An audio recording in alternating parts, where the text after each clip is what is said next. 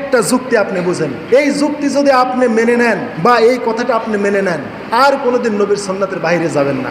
আমরা দুনিয়াতে যে ইবাদতগুলো করছি কোন কালের জন্যে? পরকালের জন্যে।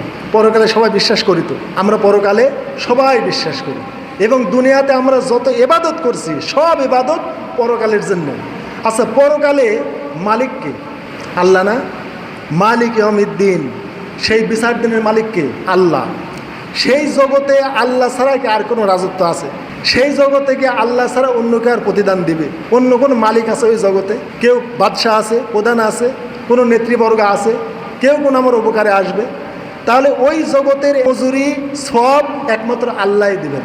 তাহলে ওই জগতে যেহেতু আল্লাহ প্রতিদান দিবেন, আর ওই আল্লাহ মুহাম্মদকে দুনিয়াতে পাঠিয়েছেন, পাঠিয়ে ওই আল্লাহ জিবরাইলের মাধ্যমে ওহী দিয়ে ইবাদতগুলো দিয়েছেন, আর ওই ইবাদতগুলো আল্লাহর দেখানো পথে নবী করেছেন। তাহলে আমরা যদি নবী সাল্লাল্লাহু আলাইহি ওয়াসাল্লামের তরিকায় ওই কাজগুলো করি, তাহলে পরকালে আল্লাহর কাছে আমরা সবগুলো পাবো। তাহলে এইখানে নবী ছাড়া কি আর অন্য কোনো পথ ধরার দরকার আছে? হ্যাঁ, দরকার ছিল। যদি পরজগতে আল্লাহ ছাড়া আরও মালিক থাকতো, আরও যদি রাজা বাদশাহ থাকতো, আরও যদি অন্যের কাছে যদি জান্নাত জাহান্নাম এগুলো থাকতো, তাহলে আমাদের আরও অন্যের সিস্টেম মানার দরকার ছিল।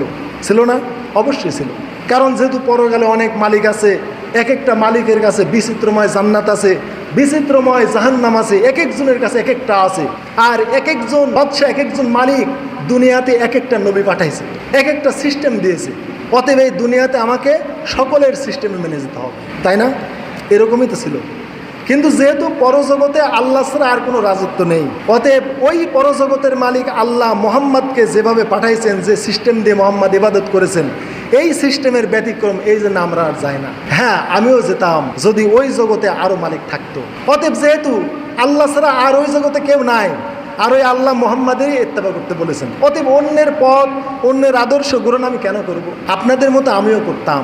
আমিও 7 দিনে আমার সন্তান মারা যাওয়ার পর আমিও খাওয়াতাম, যদি আমার নবী ওই সিস্টেম দিয়ে যেতেন। নবী সাল্লাল্লাহু আলাইহি ওয়াসাল্লামের কত সন্তান মারা গিয়েছে, তার স্ত্রীরা মারা গিয়েছে, কত সাহাবী মারা গিয়েছে।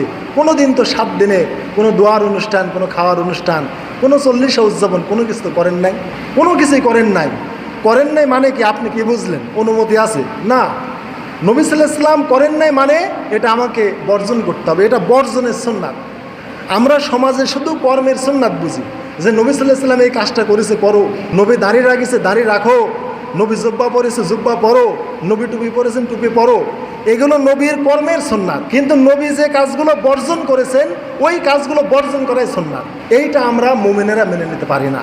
আমরা বিভিন্ন যুক্তি পেশ করে এই দ্বিতীয় পর্যায়ের কাজগুলো সমাজে আমরা চালু করি, যে মানুষ খাওয়ানো তো খারাপ কাজ না, হুজুর খাওয়ানো তো ভালো কাজ, দোয়া করা ভালো কাজ। ভালো কাজই তো নবী করেন নাই। যে এই জন্যে নবী সাল্লাল্লাহু আলাইহি ওয়াসাল্লামের সুন্নাতের বাইরে যে ইবাদতই করেন যত ভালো হোক কবুল হবে না।